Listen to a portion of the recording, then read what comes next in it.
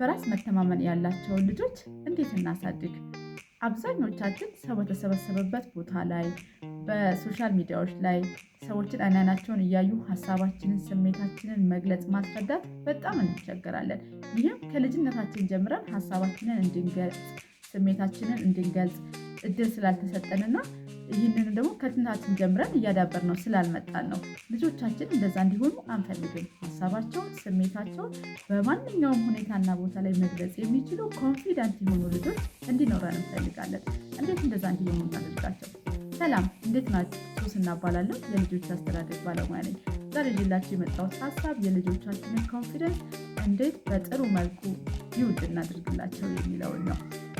ወደ ሀሳቡ እንሂድ።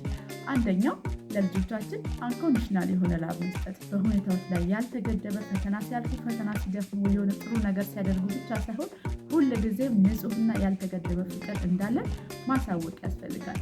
ሁለተኛው አንዳንድ ነገሮችን በራሳቸው እንዲሞክሩ መፍቀድ። ለምሳሌ በራሳቸው እንዲመገቡ፣ ካልሲያቸውን፣ ጫማቸውን፣ ልብሳቸውን በራሳቸው እንዲሞክሩ መፍቀድና ማበረታታት። አንዳንድ ጊዜ ሁሉን ነገር እኛ እናደርግላቸው እንልና ዲፔንደንት እናደርጋቸዋለን።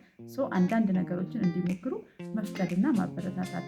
ሶስተኛው አዳዲስ ነገሮችን ማስለመድ። ለምሳሌ ሰውን ሰላም ማለት የሚፈሩ ከሆኑ ልክ አዲስ ሰው ሲመጣ ሀይ ሰላም ከማለት እንዲጀምሩ ማድረግ። በሌላ ጊዜ ተጠግተው አቅፎ ሰላም ሊሉ ይችላሉ። ስለዚህ ከትንንሽ ነገሮች መጀመርና አዳዲስ ነገሮችን ማስለመድ።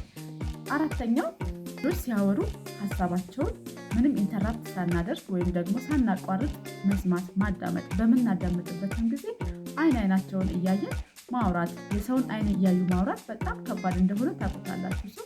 ከልጅነታቸው ጀምሮ ይህንን እያዳበሩ የሚመጡ ከሆነ ካደጉም በኋላ በማንኛውም ሁኔታ ላይ ሰው ፊትም ይሁን ሁል ጊዜ ሀሳባቸውን ለመግለጽ አይቸገሩም። አይናቸውን እያዩ ሀሳባቸውን የማስጨረስ ልምድን ማዳበር ያስፈልጋል ማለት ነው። መጽሐፎችን ማንበብ።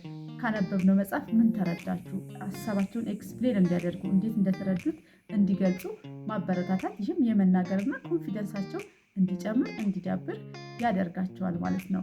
እንዲሁም ቦነስ ወዳልኳቸው ሲሄድ የልጆች ማንነት የሚገነባውና የሚያድገው በጨዋታ መልክ፣ በአክቲቪቲዎች መልክ ነው።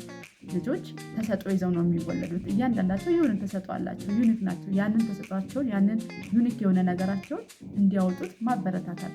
የስዕል ተሰጥኦ፣ የስፖርት ደግሞ እነዚህ የዳንስ ተሰጥኦ ያላቸው ልጆች ይኖራሉ። ያንን ነገር እንዲያወጡት ሁኔታዎችን መፍቀድ፣ እድሎችን ማመቻቸት። የስዕል ተሰጥኦ ላለው የስዕል ማቴሪያል መግዛት እና የሚስለውን ስዕል ማበረታታት። በዛ ውስጥ ኮንፊደንሳቸው እየዳበረ እየወጣ ያላቸውን ነገር እያወጡት ይመጣሉ ማለት ነው። ከሌሎች ልጆች ጋር እንዲጫወቱ ማድረግ፣ ውጭ ላይ ወጥተው በዚህ ሁኔታ ውስጥም ሶሻል ላይፋቸው ከሰዎች ጋር ያላቸው ሪሌሽን እየዳበረና እያደገ ይመጣል ማለት። ሌሎች ሰዎችን እንዲያግዙ ማድረግ፣ የተቸገሩ ሰዎችን ሊሆን ይችላል፣ እኛን እግራችንን እንዲያጡ፣ አንዳንድ በቃ ይሄ ትህትና ሊያስተምሩ የሚችሉ ነገሮችን ማሳየት። ይህም በዚህ ሁሉ ፕሮሰስ ውስጥ ኮንፊደንሳቸው እየዳበረ እያደገ ይመጣል ማለት ነው። የነዚህ ጥርቅም ማንነታቸውን፣ ኮንፊደንሳቸውን እየገነባው ይመጣል። እነዚህን ነገሮች አድርጋችሁ ልጆቻችሁ ላይ ሞክሩ። ልጆች ላይ አሁን የምናደርገው ነገር ለነገ ማንነታቸው ፖዘቲቭም ኔጌቲቭም ተጽዕኖ ያመጣል። ስለዚህ በአሉታዊ የሆነ መንገድ ልጆቻችንን መገንባት፣ ማሳደግ፣ ሼፕ ማድረግ የኛ የወላጆች ኃላፊነት ነው። ኮንፊደንት የሆኑ ልጆችን ለማሳደግ መጣር አለብን ማለት ነው። መግለጽ መቻል፣ ስሜትን ማስረዳት መቻል እጅግ በጣም ከባድ ነገር ነው። እንደ ቀላል ማየት የለብን። ይህንን ቪዲዮ ከወደዳችሁት ላይክ ማድረጋችሁን እንዳትረሱ። በቀጣይ ልጆችን ለሚመለከቱ ሀሳቦች ሰብስክራይብ አድርጉኝ፣ አበረታቱኝ። ስላዳመጣችሁኝ በጣም አመሰግናለሁ። ቻው።